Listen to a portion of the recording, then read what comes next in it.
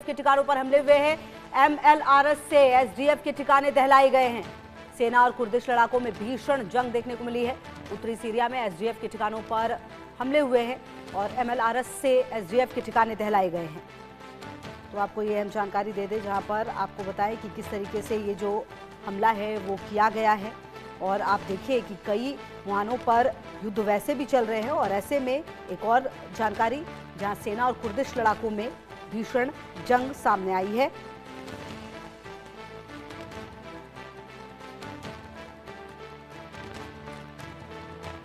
तो आपको बता दें कि सेना और जो कुर्दिश लड़ाके हैं उनके बीच जो जंग है वो देखने को मिल रही है। और ये जो जंग है अब ये कैसे आगे बढ़ेगी, भीषण जंग देखने को मिल रही है। आपको बता दें कि सीरिया में लगातार जो ये नई जंग है वो शुरू होती रही है और एमएलआरएस से एसडीएफ के जो ठिकाने हैं वो दहलाए गए हैं। और पिछले कुछ समय से अगर आप देखें तो उत्तरी सीरिया में लगातार जो विद्रोह है वो होती रही है और एक बार फिर से सेना और कुर्दिश लड़ाके के बीच जंग उत्तरी सीरिया में देखने को मिल रही है।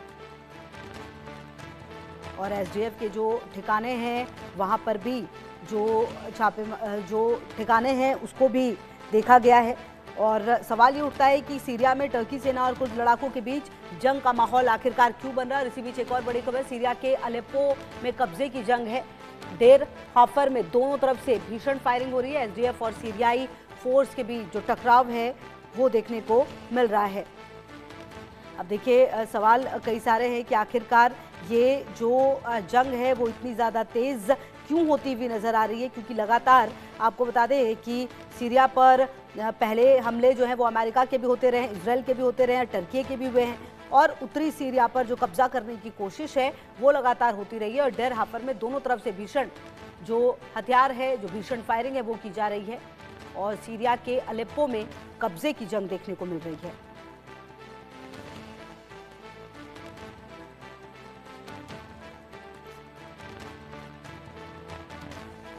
सीरिया के अलेप्पो में जो कब्जे की जंग है वो देखने को मिल रही है। और देखिए ये पहला मौका है नहीं, अगर आप देखें तो लगातार जो सीरिया है वो इस तरह के जो हमले हैं उसको हमेशा झेलता रहा है। और इससे पहले आपको लगभग 1 साल पहले याद होगा कि एसडीएफ ने कैसे 8 साल के बाद मनबिज जो है वो गंवा दिया था और लगातार इजराइल की तरफ से कई हमले जो हैं वो किए गए हैं। और एक बार फिर से आपको बता दें कि सीरिया में खास करके असद सरकार के पतन के बाद से दूसरे देशों के हमले लगातार तेज रहे हैं और एसडीएफ और सीरियाई फोर्स के बीच जो टकराव है वो एक बार फिर से देखने को मिल रहा है। और जो आपको बता दें कि कहीं ना कहीं ये जो लड़ाई है ये अब देखना है कि किस तरीके से आगे बढ़ेगी, क्योंकि पिछले कुछ समय में लगातार जो अगर आप सीरिया की बात करें तो यहाँ पर जो कब्जे की जंग है वो कई देशों की देखने को मिली है और एक बार फिर से जो ये जंग है वो देखने को मिल रही है।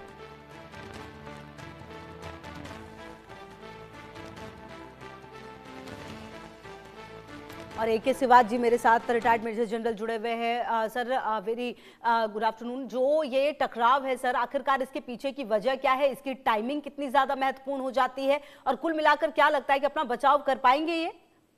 देखो, सच्चाई है कि सीरिया की प्रॉब्लम जो थी, जब असाद वहां से भाग के चले गए रूस में, वहां पर जो सिविल वार की सिचुएशन थी। ये भी सच्चाई है कि ये जो नॉर्दर्न रीजन है सीरिया का, यहाँ पर कर्ड्स जो हैं वो भी इंडिपेंडेंट की मांग कर रहे थे और उसके ऊपर हमला जो करता था टर्की भी करता था, तो टर्की के अंदर भी कर्ड्स हैं। और अब जिस प्रकार से सिचुएशन ईरान में भी खराब हो रही थी, वहाँ भी कर्ड्स हैं। फिर कुर्दिस्तान के लोग इराक में भी हैं, ईरान, इराक, सीरिया में। अब जिस प्रकार से इनके बीच में और जो गवर्नमेंट फोर्सेज हैं, वो जो अल सहारा जो अभी इनके प्रेसिडेंट बने हैं, अभी तक वो प्रॉब्लम उनके बीच में रही है, कर्ड्स के बीच में और बाकी जो पूरे देश की सीरिया में। कर्ड्स की 3-4 डिमांडें हैं कि वो एक तो कहते हैं कि उनको ऑटोनमस रीजन दिया जाए, दूसरा वो कह रहे हैं कि कर्ड लैंग्वेज है, कुर्दिस्तान लैंग्वेज है, उसको ऑफिशियल दर्जा मिलना जाए, और तीसरा ये है उनको गवर्नमेंट की जॉब में रिजर्वेशन मिलनी चाहिए। मगर ऐसा कुछ हो नहीं पा रहा है। अभी इनके बीच के अंदर रिलेशन अच्छे नहीं है। तो एक प्रकार से आज भी ये कह सकते हो कि पूरी तरीके से पीस नहीं आया सीरिया के अंदर। और ये जो कर्ड्स हैं वो अभी एक लड़ाई करने के लिए तैयार हैं और उनकी मुठभेड़ हो रही है अभी, जो कि गवर्नमेंट के ट्रुप्स हैं। और ऐसा लगता है कि सिचुएशन उस इलाके में, स्पेशली नदन जो सीरिया का इलाका है, एक सिविल वार जैसी सिचुएशन पैदा हो रही है।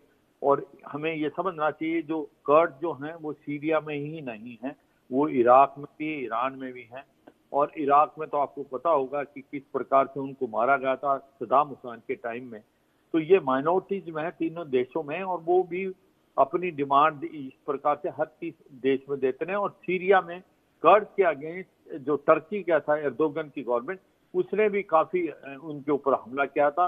और जब स्वीडन और फिनलैंड की ज्वाइन करने की बात आई थी नेटो की, तो टर्की उनको सपोर्ट नहीं कर रहा था, इसीलिए क्योंकि वहां पर जो कर्ड के इंडिपेंडेंस मांगने वाले कुछ इंडिपेंडेंट जो लोग थे, वो फिनलैंड और स्वीडन के अंदर उनको पनाह दी गई थी। तो ये सच्चाई है। और सिचुएशन काफी कॉम्प्लेक्स है, फ्लूइड है, और ये लड़ाई चली हुई है सीएफ के बीच में और सीरियन गवर्नमेंट के जो सीनियर गवर्नमेंट की जो आर्मी है उसके बीच में। और एक प्रकार सिविल वार जैसी सिचुएशन है। ये जो इनकी डिमांड है वो ऑटोनमस रीजन, कर्ड की जो लैंग्वेज है उसको एक प्रकार से ऑफिशियल लैंग्वेज की मानता, और इनको अलग रिजर्वेशन मिला जाए और इनको एक प्रकार से मान्यता मिले, वो अभी तक नहीं हो पा रहा है। और जिस प्रकार से ये सोचा गया था कि असाद जाने के बाद शांति आ जाएगी, ये नहीं हो पाया। और यही नहीं, हमें ये भी ध्यान रखना चाहिए, सीरिया के अंदर एक और प्रॉब्लम है, जो गोलान हाइट्स थी, जिसको किसी समय में इजराइल ने 1967 की लड़ाई में जीत लिया था। और अब जब अपॉर्चुनिटी मिली तो इजराइल ने गोलान हाइट से आगे भी सीरिया की तरफ बढ़ावा किया है, क्योंकि वो बफर जोन बनाना चाहते हैं। तो ओवरऑल आप ये देखें, सीरिया अभी पीसफुल नहीं है, सीरिया के अंदर काफी ताकतें हैं। ये अलग बात है कि जो सीरिया अभी अल सहारा की जो गवर्नमेंट है उसको मान्यता अमेरिका ने दी है, वो उसमें व्हाइट हाउस में भी गए थे। मगर जो प्रॉब्लम चल रही है नदन रीजन में, जहाँ पर ये कुर्दिस्तान इलाका कर्ड्स हैं, वो उनकी जो डिमांड है वो अभी तक नहीं मानी गई। और इसी कारण इनकी लड़ाई जो है वो गवर्नमेंट के जो आर्मी है, जो कि सेंट्रल आर्मी है, उसके साथ चल रही है। जी।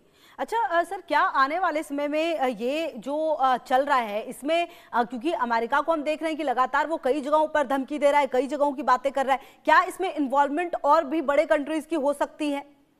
देखो, इसके अंदर इन्वॉल्वमेंट पहले किसकी थी, आपको ये ध्यान रखना चाहिए कि जब ईरान से लेबनान के अंदर हिजबुल्लाह को हथियार आते थे, तो वो यही रास्ता अपनाते थे कि वो ईरान से जाते थे इराक, इराक से सीरिया, सीरिया से फिर लेबनान। मगर अब सीरिया जो असाद की गवर्नमेंट है वो तो चली गई है, इसका मतलब अब वो रूट बंद हो गया है। और वहां पर पहले रूस का बोलबाला था, असाद जो है वो रूस के अंदर भाग गए हैं। तो और अभी भी रूस की कुछ बेसिस थी वो भी हट गई। तो ये कॉम्प्लेक्सिटी इसलिए है कि किसी तरीके असाद की जो गवर्नमेंट थी उसकी तरफ रूस का झुकाव था, मगर वो चले गए। अमेरिका जिसने एक प्रकार से जो अगेंस्ट लड़ रहे थे गवर्नमेंट के, उनको मदद दी थी, मगर वो भी कहीं ना कहीं टेररिस्ट ऑर्गेनाइजेशन में इन्वॉल्व थे पहले। तो ये सच्चाई है, कॉम्प्लेक्सिटी सीरिया में, शांति जो सोचा था आएगी वो आ नहीं पा रही है। और ये सिविल वार की तरफ जा रहा है सीरिया, स्पेशली क्योंकि फ्रेगमेंटेड है, अलग अलग गुट बटे हुए हैं। और कर्द जो हैं उनके अगेंस्ट टर्की भी हमले करता था बहुत। और कर्द मैंने जैसे बताया आपको, इराक में भी है, सीरिया में भी है, ईरान में भी है, और इनको ये हर जगह माइनॉरिटी। तो अब इसका क्या कोई दूसरे देश इन्वॉल्व है? बिल्कुल है। रूस चाहता है कि उसका दोबारा यहाँ पर दबदबा बने, वो भी कार्रवाई करने की कोशिश की। अमेरिका इसको सीरिया को अपनी तरफ कर रहा है, क्योंकि अल सहारा जो हैं, जो वैसे तो पहले टेररिस्ट ऑर्गेनाइजेशन थे, आज वो अमेरिका के बहुत चाहत से मिले हुए हैं। उनको वो चाहते हैं कि वो एक प्रकार सिचुएशन को कंट्रोल में लें, उनको फाइनेंशियल एड भी दिया जा रहा है। मगर देखते हैं, समय बताएगा होगा क्या। चाइना का भी अपना इंटरेस्ट है। तो हाँ, ये है, काफी एक्टिव प्लेयर है। सीरिया और इजराइल की भी मुठभेड़ होती रही है, स्पेशली गोलान हाइट से आगे जो बफर जोन इजराइल का रहे हैं। तो ये सच्चाई है। अगर आप ये कहें कि क्या वहां पर शांति है, बिल्कुल नहीं है। आज की तारीख में वो कॉम्प्लेक्सिटी इतनी ज्यादा है, इतनी फ्लूइडिटी है ये बिल्कुल कहना आसान नहीं होगा कि किसका पलड़ा भारी है, मगर ये है आज की तरह एसडीएफ और गवर्नमेंट की जो फोर्सेज है उनके बीच में मुठभेड़ हो रही है, और ये नदर जो सीरिया का इलाका है वो काफी डिस्टर्ब है। बिल्कुल। और सर कहीं ना कहीं अब देखना तो ये होगा कि इस पूरे घटनाक्रम पर भारत किस तरीके से नजर रख रहा है और आने वाले समय में क्या बड़े मेजर बदलाव सर जो है यहाँ पर देखने को मिल सकते हैं। देखो, भारत का तो जो इसके अंदर आप अगर आप बात देखें, भारत की डायरेक्ट इसमें कोई इन्वॉल्वमेंट नहीं है सीरिया के साथ। और क्योंकि भारत जो मिडिल ईस्ट जिसको हम वेस्ट एशिया बोलते हैं, जो सीरिया है उसके साथ हमारे रिलेशन हरदम अच्छे रहे हैं। असाद के टाइम में भी हमारे रिलेशन अच्छे थे, अभी भी हम रिलेशन अच्छा मेंटेन करने की कोशिश करेंगे, क्योंकि तुर्की के साथ हमारे रिलेशन अच्छे नहीं हैं।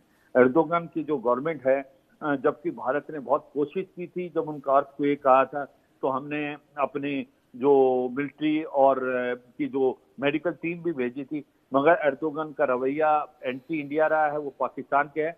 मगर सीरिया के रिलेशन भारत के साथ बहुत अच्छे थे असाद के टाइम में भी।